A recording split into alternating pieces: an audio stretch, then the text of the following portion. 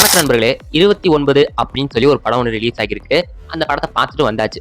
இந்த படத்தோட டைட்டில சொல்லும்போதே உங்கள்ல ஒரு சில பேர் யோசிச்சிருப்பீங்க, இந்த படம் யாருக்கான படம் அப்படின்னு. அதாவது இந்த 25லேருந்து 30 வயசுக்குள்ள இருக்கிறவங்களுக்காக தான் இந்த படமே எடுத்திருக்காங்க.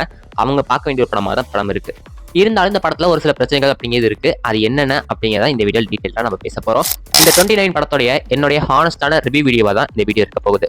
வீடியோ ஃபுல்லா பாருங்க. புடிச்சத மட்டும் லைக் பண்ணுங்க. நீங்க நம்ம சேனலுக்கு புதுசா இருந்தீங்கன்னா சப்ஸ்கிரைப் பண்ணி சப்போர்ட் பண்ணுங்க. So let's start the video. நீங்க பார்த்துட்டு இருக்கிறது ஸ்பாட்லைட் தமிழ் சேனல். நான் உங்கள் ஹர்ஷன்.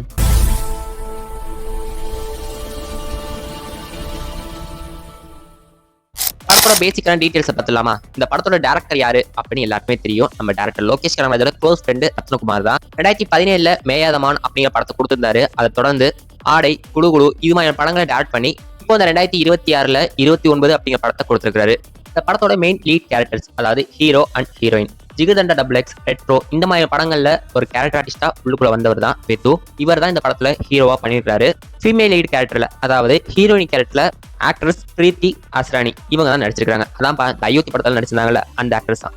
இவங்க ரெண்டு பேரும் தான் இந்த படத்துல ஹீரோ அண்ட் ஹீரோயினா பண்ணியிருக்காங்க. இவங்களை தாண்டி மாஸ்டர் மகேந்திரன், பிரேம்குமார், ஷகனாஸ் பார்த்திமா இந்த மாதிரி நிறைய சப்போர்ட்டிங் கேரக்டர்ஸும் நடிச்சிருக்காங்க. மியூசிக் டைரக்டர் ஷான் ஹோல்டன் இவர் தான் இந்த படத்துல மியூசிக்கை வச்சு விளையாண்டுருக்காரு. இந்த படத்தோட ஒர்க்கை பத்தி வீடியோட டீடைல் தான் நம்ம பேசலாம். அடுத்ததான் இந்த படத்தோட ஃபிலிமோட்டோகிராஃபி மாதேஷ் மாணிக்கம். இந்த படத்தோட எடிட்டர் RS சதீஷ்குமார். இந்த படத்தோட டீடைல உங்கள்ட்ட டீடைலாவே சொல்லிட்டேன்னு நினைக்கிறேன். இப்போ இந்த படத்தோட கதைக்கு வருமா? ஸ்பாயிலர் எதுவும் இல்லாம இந்த படத்தோடைய மேலோட்டமான கதையை மட்டும் உங்ககிட்ட சொல்ல ட்ரை பண்றேன். ஸோ நீங்களும் இந்த படத்தோட கதையை உள்வாங்க ட்ரை பண்ணுங்க. சொந்த ஊரை விட்டுட்டு சென்னையில வந்து வேலை பார்த்துட்டு இருக்க ஒரு 29 வயசு பையன். இப்போ வரைக்கும் நம்ம வாழ்க்கையில இருக்கு நமக்குன்னு சொல்லி எந்த ஒரு அடையாளமும் இல்லை. நமக்கு லவ்வும் செட் ஆகல, கெரியரும் செட் ஆகல. அடுத்து நம்ம வாழ்க்கை என்ன பண்ண போறோம் அப்படின்னு யோசிச்சுட்டு இருக்க ஒரு பையன். இந்த டைம்ல தான் அந்த பையனோட லைஃப்ல 21 வயசு உள்ள ஒரு பொண்ணு உள்ள வர்றாங்க. அவங்க தான் இந்த படத்தோட ஹீரோயின். ரெண்டு பேரும் பாக்குறாங்க, பேசுறாங்க, பழகுறாங்க, ஃப்ரெண்ட்ஸ் ஆகுறாங்க. அந்த ஃப்ரெண்ட்ஸ் காதலா மாறுது. அந்த காதல் ரொம்ப டீப்பான காதலா மாறுது. எல்லாமே நல்லா தான் போயிட்டு இருக்குன்னு பார்க்கும்போது சடனா இவங்களோட லவ்ல ஒரு பிரச்சனை அப்படிங்கிறது வருது. அந்த பிரச்சனையால இவங்க பிரிஞ்சிருக்காங்க. இவங்களோட லவ்ல என்ன பிரச்சனை வந்துச்சு, யாரால பிரச்சனை வந்துச்சு, அதுக்கப்புறம் என்ன நடந்துச்சு, கடைசியில இவங்க ஒண்ணு சேர்ந்தாங்களா இல்லையா, ஹீரோ அவருக்குன்னு ஒரு ஐடென்டிட்டியை அவர் கண்டுபிடிச்சாரா இல்லையா அப்படிங்கிறதான் இந்த படத்தோட மீதி கதையே. இந்த கதையை ஒரு 10 சாப்டரா பிரிச்சு நம்ம கிட்ட பிரசன்ட் பண்ணிக்கிறாரு இந்த படத்தோட டேரக்டரான ரத்னகுமார்.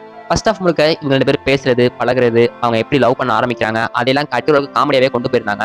செகண்ட் ஹாஃப்ல அந்த படத்தோட உண்மையான கதை அப்படிங்கிறது ஸ்டார்ட் ஆகுது. இவங்க லவ்க்குள்ள என்ன பிரச்சனை வந்துச்சு, அந்த பிரச்சனைக்கு அப்புறம் ஹீரோ என்ன பண்ணாரு, கடைசியில இவங்க ஒண்ணு சேருவாங்களா மாட்டாங்களா அப்படிங்கிறத கொஞ்சம் இன்ட்ரெஸ்டிங்காவே காட்டியிருந்தாங்க. என்னைய பொறுத்த வரைக்கும் இந்த படத்தோட ஃபர்ஸ்ட் ஆஃப் அப்படிங்கிறது கொஞ்சம் ஸ்லோவா போகுது. ஆனா இந்த படத்தோட இன்ட்ரோ பேக் ஓரளவுக்கு நல்லாவே முடிச்சிருந்தாங்க. அடுத்து என்ன நடக்க போகுது அப்படிங்கிறத நமக்கு முன்னாடியே சொல்லிட்டாங்க. ஆனா அது எப்படி நடக்க போகுது அப்படிங்கிற கியூரியாசிட்டியை நமக்கு கிளப்புற மாதிரி தான் அந்த இன்ட்ரோ பேக் அப்படிங்கிறது முடிச்சிருந்தாங்க. அதே மாதிரி செகண்ட் ஹாஃபும் ஓரளவுக்கு ரேசியா கொண்டு போய் ட்ரை பண்ணிருக்காங்க. இந்த படம் கிளைமேக்ஸ் நோக்கி போகும்போது இந்த கதையை மாத்தி வேற எங்கெங்கயோ கொண்டு போய் வேற எங்கெங்கயோ வந்து இந்த படத்தை முடிச்ச மாதிரி எனக்கு ஃபீல் ஆனிச்சு. கண்டிப்பா இந்த படத்தை பார்த்த பசங்களோட மைண்ட் செட் என்னவா இருக்கும் தெரியுமா? படத்தோட ஃபர்ஸ்ட் ஹாஃபை பார்த்த வரைக்கும் இந்த மாதிரியான ஒரு லவ், இந்த மாதிரியான பொண்ணு நம்ம வாழ்க்கையும் வராதா அப்படின்னு சொல்லி கண்டிப்பா ஒரு வாட்டி ஃபீல் பண்ணிருப்பாங்க. அதெல்லாம் விடுங்க, இந்த படத்தோட பாசிட்டிவ் அண்ட் நெகட்டிவ் பாயிண்ட்ஸ் பத்தி பேசலாமா? ஃபர்ஸ்ட் இந்த படத்தோட பாசிட்டிவான பாயிண்ட்ஸ் பத்தி பேசுவோம். இந்த படம் இந்த அளவுக்கு நல்லா வந்ததுக்கு ஒரு முக்கியமான காரணமா நான் பார்க்கக்கூடிய ஒரு விஷயம் என்ன அப்படின்னா, இந்த படத்தோட ஃபீமேல் லீட் கேரக்டர் எடுத்து நடிச்சிருக்க பிரீத்தி ஆஸ்ரானி உங்களோட கேரக்டர் டிசைன் பண்ண விதம், அந்த விஜய் அப்படிங்கிற கேரக்டரை அவங்க எப்படி அடாப்ட் பண்ணிட்டு அதுக்கு பெர்ஃபார்ம் பண்ணாங்க அப்படிங்கிற விதம், இது எல்லாமே ரொம்ப சூப்பரா இருந்துச்சு. அவங்களோட லவ்வை எக்ஸ்பிரஸ் பண்ற அந்த கியூட்டான இடங்களா இருக்கட்டும், காமெடி கலந்த ஒரு ஃபன்னான இடங்களா இருக்கட்டும், நம்ம எல்லாரையும் எமோஷனலாக வைக்கிற எமோஷனல் இடங்களா இருக்கட்டும், அவங்களோட பெர்ஃபார்மன்ஸ் தனியா தெரியுது. அவங்களோட ஒர்க் இந்த படத்துல ரொம்ப ஃபேண்டாஸ்டிக்கா இருந்திருக்குன்னு சொல்லி ஆகணும். இவங்க இந்த படத்துல இருக்கிறது மிகப்பெரிய பிளஸ்ஸா நான் பாக்குறேன். அடுத்தது அந்த படத்தோட ஹீரோவான விது. இந்த படத்துல அவரோட ஃபர்ஸ்ட் டைமா ஹீரோவா நடிச்சிருக்காரு. ஓவர் ஆக்டிங் பண்ற மாதிரி தெரியல. அதே மாதிரி யதார்த்தமான நடிப்பாவும் தெரியுது. அவர் கொடுக்கக்கூடிய எக்ஸ்பிரஷன் அண்ட் ரியாக்ஷன்ஸ் எல்லாமே நேச்சுரலா இருந்த மாதிரி எனக்கு தெரிஞ்சு. ஆனா என்னமோ தெரியல, அவர் ஃபர்ஸ்ட் டைம் ஸ்கிரீன்ல ஹீரோவா பாக்குறதுனாலே என்னமோ அவரை பார்க்கும்போது ஒரு ஹீரோ மெட்டீரியலா எனக்கு தெரியல. ஆனா படத்தோட ஸ்டார்ட்ல இருந்து எண்டு வரைக்கும் அவருடைய ஒர்க்கை அவர் 100% எஃபர்ட் எடுத்து பண்ணியிருக்காரு. அதனாலேயே என்னமோ தெரியல, அவர் இந்த படத்துல ஒரு ஹீரோவா தெரியதை விட நம்மளோட ஃப்ரெண்டா, நம்மளோட கூட இருக்கிற ஒரு கேரக்டரா தான் நமக்கு தெரியாது. முதல் படத்துல அவர் ஹீரோவா பார்க்கறதுனால நமக்கு இப்படி தெரியுது. ஆனா இதுவே அடுத்த படங்கள்ல அவரோட திறமைக்கான அங்கீகாரம் கண்டிப்பா அவருக்கு கிடைக்கும். அடுத்ததான் இந்த படத்துல ஹீரோ அண்ட் ஹீரோயினா நடிச்சிருக்கிறவங்களோட ஆன் ஸ்கிரீன் கெமிஸ்ட்ரி தான் சொல்ல போனா உண்மையாவே ரொம்ப நல்லா ஒர்க் அவுட் ஆகிருக்கு. அவங்களோட ஸ்கிரீன் பிளே வைஸ் அவங்க கொண்டு வந்ததும் சரி, அவங்களோட பெர்ஃபார்மன்ஸ் வைஸும் சரி, ஸோ எந்த இடத்துலையுமே குறை சொல்ல முடியாது. அவங்க பார்த்து பேசி பழகிற இடங்களா இருக்கட்டும், அதை தாண்டி அவங்க ஃப்ரெண்ட்ஷிப்பா மாறி அது லவ்வா மாறி போற இடங்கள் எல்லாமே எந்த அளவுக்கு அழகா காட்ட முடியுமோ அழகாவே காமிச்சிருந்தாங்க. இந்த படம் முழுக்க முழுக்க ஒரு லவ் ஸ்டோரியை பேஸ் பண்ண படம் தான். அப்படி இருக்கும்போது ரொமான்ஸ் அப்படிங்கிற விஷயத்த ரொம்ப ஃபோர்ஸ் பண்ணி இந்த படத்தில் திணிச்சு வைக்காம, அடிக்கடி ஹக் பண்றது, அடிக்கடி கிஸ் பண்றது, அந்த மாதிரி விஷயங்கள்லாம் எதுவும் பெருசா இல்லாம, அந்த மாதிரி விஷயங்கள் இந்த படத்துல இருக்கு. பட் அதை ஃபோக்கஸ் பண்ணாம அவங்க ரெண்டு பேரோட ஹார்ட் டு ஹார்ட் ஃபீலிங்ஸ், அவங்களோட லவ், அந்த கேரிங்கை தான் இந்த படத்தை காமிச்சிருக்காங்க. அடுத்ததான் இந்த படத்துடைய மியூசிக்கல் ஒர்க். நான் ஏற்கனவே சொல்லியிருந்த மாதிரி மியூசிக் டைரக்டர் ஷான் ஹோல்டன் இந்த படத்துல மியூசிக்கை வச்சு விளையாண்டுருக்காரு. என்னதான் ஹீரோ அண்ட் ஹீரோயின் இந்த படத்துல ஒரு சில குத்த அவங்களோட ஃபீலிங்ஸை ஷேர் பண்ணி அந்த எமோஷன்ஸை நமக்கு கன்வே பண்ண அவங்க ட்ரை பண்ணாலும், ஆனா ஒரு ஆடியன்ஸா அந்த படத்தை பார்க்கும்போது அந்த பின்னாடி வர பேக்ரவுண்ட் ஸ்கோர் சரியில்லை அப்படின்னு அந்த படத்துல நமக்கு என்ன கான்செப்ட் சொல்ல வர்றாங்க அந்த எமோஷன்ஸை நம்மளால கண்டிப்பா புரிஞ்சிக்கவே முடியாது, அது நமக்கு கனெக்டும் ஆகாது. ஆனா இந்த படத்துல அது கரெக்டா நடந்திருக்கு. ஒவ்வொரு இடங்களையும் எந்தெந்த மாதிரியான பேக்ரவுண்ட் ஸ்கோரை கொடுத்தா கரெக்டா சூட் ஆகும் அப்படின்னு தெரிஞ்சு இந்த படத்துல பேக்ரவுண்ட் ஸ்கோர் பண்ணிருக்காரு. நிறைய இடங்கள்ல இந்த படத்துக்கு அவரோட பேக்ரவுண்ட் ஸ்கோர் அப்படிங்கிறது மிகப்பெரிய உறுதுணையா அமைச்சிருக்கு. அதே மாதிரி சாங்ஸ் அப்படின்னு எடுத்துக்கிட்டாலும் ஃபர்ஸ்ட் ஹாஃப்ல வர சாங்ஸ் ஓரளவுக்கு ஓகே அப்படின்ற மாதிரி இருந்தாலும் செகண்ட் ஹாஃப்ல வர சாங்ஸ் ஓரளவுக்கு சூப்பராகவே இருந்துச்சு. ஷான் ரோல்டன் ஓவராலா இந்த படத்துல அவர் மியூசிக் ஒர்க்கை பிரிச்சு மேஞ்சிருக்காரு. இந்த படத்தோட டைரக்டரான ரத்னகுமார் இந்த படத்தை நம்மள்ட்ட சொன்ன விதம், இந்த படத்தை ஒரு பெரிய கமர்ஷியல் ஹீரோவா வச்சு நம்ம பண்ணணும் அப்படின்ற மாதிரி இல்ல, அதே மாதிரி இந்த படத்தை வந்து ஒரு கமர்ஷியல் ஹிட் அடிக்க வைக்கணும், இந்த படம் வந்து ஒரு பிளாக் பஸ்டர் ஹிட் அடிக்கணும், அதுக்காக நிறைய எலமெண்ட்ஸ் சேர்த்திருக்காரு அப்படிங்கிற மாதிரி இல்ல. ஒரு நார்மலான படம் டே டு டே லைஃப்ல நம்ம ரிலேட் பண்ணி நம்மளோட கனெக்ட் பண்ணிக்கிற மாதிரியான படமா இந்த படம் அப்படிங்கிறது அமைஞ்சிருக்கு. அடுத்தது இந்த படம் ஃபர்ஸ்ட் ஹாஃபை விட செகண்ட் ஹாஃப் கொஞ்சம் ஸ்பீடா போற மாதிரி இருக்கிறதுனால இந்த படத்தோட செகண்ட் ஹாஃப் நிறைய பேருக்கு பிடிச்சிருந்துச்சு. ஸோ எனக்கும் அது பிடிச்சிருந்துச்சு. செகண்ட் ஹாஃப்ல தான் மாஸ்டர் மகேந்திரனோட கேரக்டர்லாம் கொஞ்சம் எஸ்டாப்ளிஷ் பண்ணி காட்டினாங்க. ஸோ அவருடைய கேரக்டர் அவருடைய பெர்ஃபார்மன்ஸ் கூட நல்லா தான் இருந்துச்சு. ஓவரால் இந்த படத்தோட பாசிட்டிவான பாயிண்ட்ஸை பத்தி நம்ம பேசிட்டேன். இந்த படத்தோட நெகட்டிவான பாயிண்ட்ஸை பத்தி பார்ப்போமா? ஃபர்ஸ்ட் நெகட்டிவ் பாயிண்ட் நான் பாக்குறது இந்த படத்தோட ஃபர்ஸ்ட் ஹாஃப் தான் சொல்லி ஆகணும். ஏன்னா இந்த படம் ஆரம்பிச்சு ஒரு 15-20 நிமிஷம் உங்களை போட்டு பொறுமையை சோதிக்கிற மாதிரி தான் அந்த படத்தை கொண்டு போயிருப்பாங்க. ரொம்ப ஸ்லோவா தான் போகும். நிறைய பேருக்கு போர் அடிக்கிறதுக்கும் சான்சஸ் இருக்கு. பட் அந்த கதையை நமக்கு புரிய வைக்கிறதுக்காக அந்த அளவுக்கு ஸ்லோவா கொண்டு போயிருக்காங்க. ஸோ அதை நம்ம எதுவும் சொல்ல முடியாது, நம்ம ஏற்றுக்கிட்டு தான் ஆகணும்.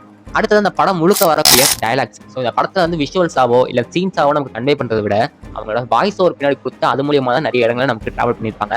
அதை பார்க்கும்போது ஒரு சில இடங்கள்ல கேட்பா இந்த படத்துக்கு தேவையான விஷயங்களை வாய்ஸ் ஓவர் மூலியமா பண்றாங்க அப்படிங்கிற மாதிரி நமக்கு தோணலாம். ஆனா எல்லா இடங்களையும் அது பண்ணும்போது படம் இன்னுமே ஸ்லோவா போற மாதிரி நமக்கு ஃபீல் ஆகுது. அந்த படத்துல வர ரொமான்டிக் போர்ஷன்ஸ் எல்லாம் பார்க்கும்போது பழைய படங்களோட ஃபார்முலா தான் நமக்கு தெரிய வருது. பழைய படங்கள்ல என்ன பேட்டர்ல கொண்டு போயிருப்பாங்களோ அந்த மாதிரி தான் இந்த படத்தை கொண்டு போயிருக்காங்க. ஓவரால் அந்த படத்தை பார்க்கும்போது ஒரு நல்ல லவ் ஸ்டோரி படமா தெரியுது. ஆனா ஒரு ஃப்ரெஷ்ஷான ஒரு லவ் ஸ்டோரி படமான்னு கேட்டா எனக்கு தெரியல. அடுத்ததா ஒரு முக்கியமான விஷயமா நான் பார்க்கக்கூடியது இந்த படத்துல நிறைய ஓப்பனா விட்டாங்களோ அப்படிங்கிற மாதிரி தோணுது. ஏன் அப்படின்னா ஒரு விஷயத்த சொல்றாங்க, அதை முழுசா சொல்லி முடிக்காம அதை அப்படியே ஓப்பனா விட்டுறது ஆடியன்ஸால நமக்கு நிறைய குழப்பங்களை ஏற்படுத்துது. இப்போ உதாரணத்துக்கு சொல்லணும்னா ஹீரோவோட அம்மா விவசாயம் ஏரியா தூர் வர்றது இந்த மாதிரி விஷயத்துல ஓவர் இன்ட்ரெஸ்டடா இருப்பாங்க. அது பிரச்சனை கிடையாது. ஆனா பையனை எதிர்த்துட்டு இந்த மாதிரி விஷயங்கள்லாம் பண்றாங்க, பையன் மேல கோவப்பட்டு பேசிட்டு இந்த மாதிரி விஷயங்கள்லாம் பண்றாங்க அப்படின்னா அதுக்கு ஏதாவது ஒரு ஸ்ட்ராங்கான காரணத்தை சொல்லியிருக்கணும், அதை சொல்லல. அதே மாதிரி ஹீரோயினோட அப்பா அவர் வந்து ஹீரோயினையும் அவங்க அம்மாவே சின்ன வயசுல விட்டுட்டு போயிட்டு தான் காட்டியிருப்பாங்க. அதே மாதிரி அவர் திரும்ப வந்ததாகவும் காட்டுவாங்க. ஆனா அவர் ஏன் விட்டு போனாரு அப்படிங்கிற காரணத்தை சொல்லியிருக்க மாட்டாங்க. அதே மாதிரி ஹீரோ அண்ட் ஹீரோயின் இவங்க 2 பேரும் பிரிஞ்சதுக்கு அப்புறம் ஹீரோ மேல இன்னொரு பொண்ணு இன்ட்ரெஸ்டா இருக்கிற மாதிரி காட்டுவாங்க. அதே மாதிரி ஹீரோயின் மேல இன்னொரு பையன் இன்ட்ரெஸ்டா இருக்கிற மாதிரி காட்டுவாங்க. ஆனா அது எதுக்காக காட்டிருக்காங்க அப்படின்னு தெரியல. இந்த படத்தை பத்தி எந்த ஒரு எக்ஸ்பிரஷனும் கொடுக்கல. இந்த மாதிரி சீன்ஸ்லாம் எதுக்கு இந்த படத்துல வச்சாங்க, ஏன் அதை அப்படியே ஓப்பனா விட்டாங்க, அது ஏன் க்ளோஸ் பண்ணல அப்படிங்கிறது நமக்கு தெரியல. ஸோ இதெல்லாம் சரி பண்ணியிருந்தா இந்த படம் இன்னுமே நல்ல படமா வந்திருக்கும் அப்படிங்கிறது என்னுடைய கருத்து. ஓவராலா இந்த 29 அப்படிங்கிற படம் எப்படிப்பட்ட ஒரு படமா வந்திருக்கு அப்படின்னு கேட்டா இந்த படம் மிகப்பெரிய ஒரு ஆக்ஷன் படமும் கிடையாது.